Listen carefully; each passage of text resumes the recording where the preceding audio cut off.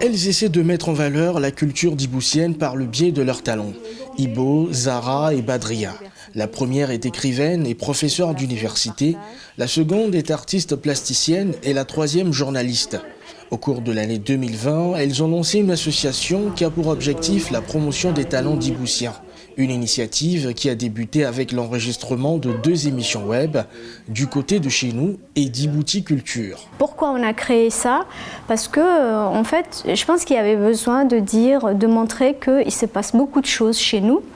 Et comme chez nous, tout se passe en souterrain, il fallait qu'on mette ça en lumière. Tous ces gens qui font des belles choses, on ne les voit pas.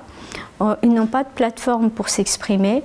Et nous, on avait décidé que ces gens-là, on va leur donner une voix, on va leur donner un visage. C'est justement de montrer tous ces talents, donc ces talents innovateurs, créateurs, qui sont là et qui sont riches, mais qui ne sont pas très visibles. Donc c'est vraiment un travail de promotion, de visibilité pour justement garantir la viabilité et encourager les autres à en faire de même. Après avoir enregistré plusieurs numéros, les 3 femmes ont décidé de créer une association pour rendre encore plus visibles leurs activités.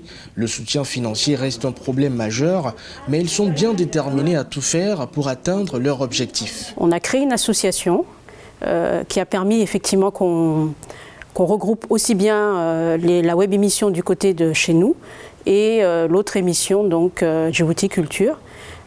Cette association, en fait, elle a plusieurs objectifs, mais dont le principal est de pouvoir aller chercher des partenaires financiers essentiellement, qui nous permettent de pouvoir réaliser pleinement les actions que nous comptons mener. La rencontre de ces 3 femmes ouvre une brèche sur le monde extérieur, celle de la promotion des différentes facettes de Djibouti, des actions inspirantes, des personnalités de divers horizons issus du monde de la littérature, de la recherche universitaire, du monde artistique et de l'artisanat, des secteurs économiques, culturels et sociaux.